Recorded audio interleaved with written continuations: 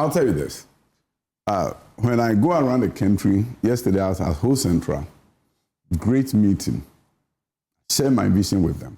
I tell them that they need to know who Dr. Adutwum is, where I came from, and where by divine providence I've been to and I am now.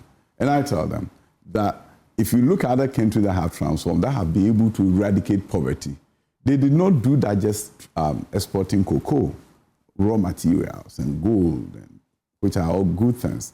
But they look at education, and as they industrialize, export-driven economy, if you look at what when Seniors, the economists, help Singapore do, he moved them quickly from import substitution to export-driven economy. But they also were mindful that if they don't get the engineers and other people, export-driven economy will not be sustainable because they cannot depend on expatriates. They needed to develop Singapore, develop their labor, and make sure they have the technical expertise to move industry. And that's what they did. So you have a symbiosis between education and industry. You boost TVET, and then you move into heavy manufacturing. Then you train TVET and engineers in heavy manufacturing. So they give value to what you are producing. There's increase in productivity. And before you know, your country is transforming. You boost economic growth. You cannot look at economic growth of 5% and 4% and say you are transforming. You have to look at 9 to 10% consistently over 20 years. Dr. Adutwum, my unique selling proposition is very simple. I have global experience. I have world-class experience in education and private sector. I raise funds from Wall Street to build schools in America. I know how the American financial system works. I work with investment bankers. We package bond financing.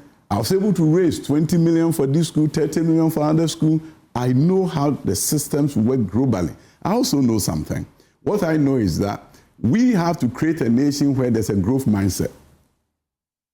The American dream that you hear, other countries that have developed, they got to a point that there was a self-efficacy, that we can do it. Dr. Adutwum comes to Ghana, fortunate to have been appointed Deputy Minister, eventually Minister for Education. I became minister in the middle of the COVID. But I also knew that we needed to bring STEM education to this country. Where are we going to get the resources? I had to talk to the World Bank. When it came to training, I had to talk to other organizations, Big Win Philanthropy, and say, I need to retrain all school administrators. Funding came. If you look at schools that we built, the one that you see on your screen, it's Accra STEM Academy. This is a public school. Look at what the students are studying. The tools that have been given to them. We went around the country, we identified locations for model STEM junior high schools. Chamba in the northern region, a number of other places, Jaben. We built junior high schools that have the same facilities as high schools. There's no doubt. We have seen the evidence of the transformative, work you did in the education sector, the miracle that some call them Saito. You were able to move them to call it, sort of a first class, kind of an A kind of school. But that's the issue. Your other contenders and their spokespersons will suggest, like some other Ghanaians, that that's where you are best fit to deploy your potential, to deploy your expertise to help the country, and not as the general overseer of corporate Ghana. I believe that my knowledge in economics and other sectors of the economy is not something that can be understated. I'll tell you this. I'm a land economist before education. I know how to manage natural resources. I'm a trained land economist. That was my undergraduate degree. I went to education when I went to the United States of America. But also I've been placed in a very unique place. I will tell you one thing. If in this 21st century, you really don't know how your country can be transformed, and I had a very interesting meeting with somebody higher up in the finance ministry some time back who suggested that he didn't know. He said, I didn't know there's education that can change this country. So for those who may understate the importance of education, go and look at all the countries that have transformed their fortunes. None of them did it without education. So that is a big plus for Dr. Adutwum. But you also have to move on and look at how do you develop the economy. Because you see, one of the things that we have seen is that in our budget reading, what do we hear? The GDP, and we talk about all the now you other are saying things. let's not focus on GDP, but GDKP. That's what you said. Yes. Instead of GDP. Yes. Right. Professor Humberto from my PhD school, University of Southern California, and Indians adopted it. The point of the matter is that you have to measure prosperity based on the individual Ghanaian prosperity. The person on the street, how is the budget that we've been reading over the year transforming his fortunes, changing his life? Where's the Ghanaian middle class? Through free SHS, we brought on board a lot of people, to go through school, paid for, and also the free TVET program brought on a lot of people. But here we are, many unemployed.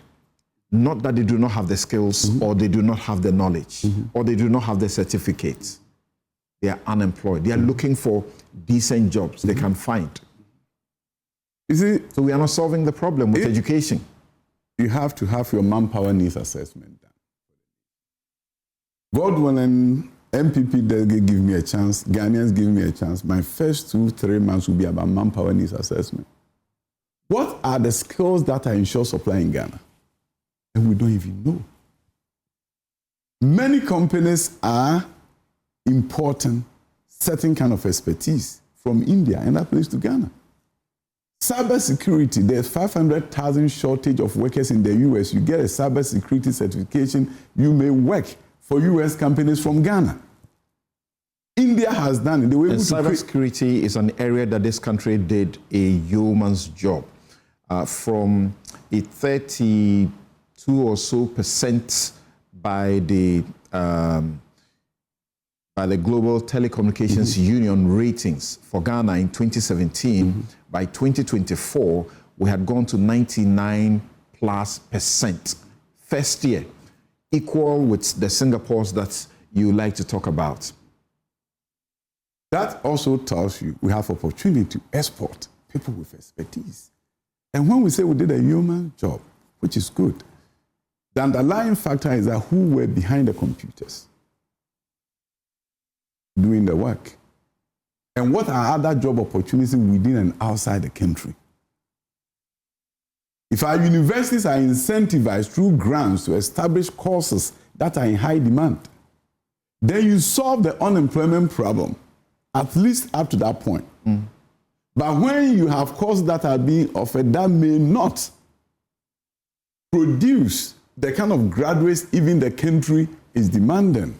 When I was a minister, I had a wonderful discussion at one New Year's event at the University of Ghana, where I said that universities have to take a look at the courses that are being offered. Some people took me on that universities are not there to create jobs. They are not there to train people for jobs. And I said, okay, if they are not there to train people for jobs, then don't train accountants.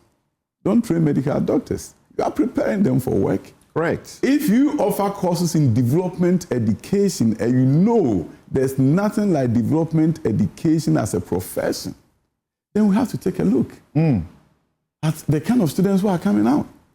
So many universities offering business administration is attractive to the students.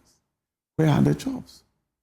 So we have to begin to take a look at, one, to stop the unemployment pipeline, counseling at high schools and junior high schools. Because Ghana But if we spoke about that, we need nurses in their numbers. We need doctors in their numbers. We have trained many nurses, but there are no jobs for them here in the country.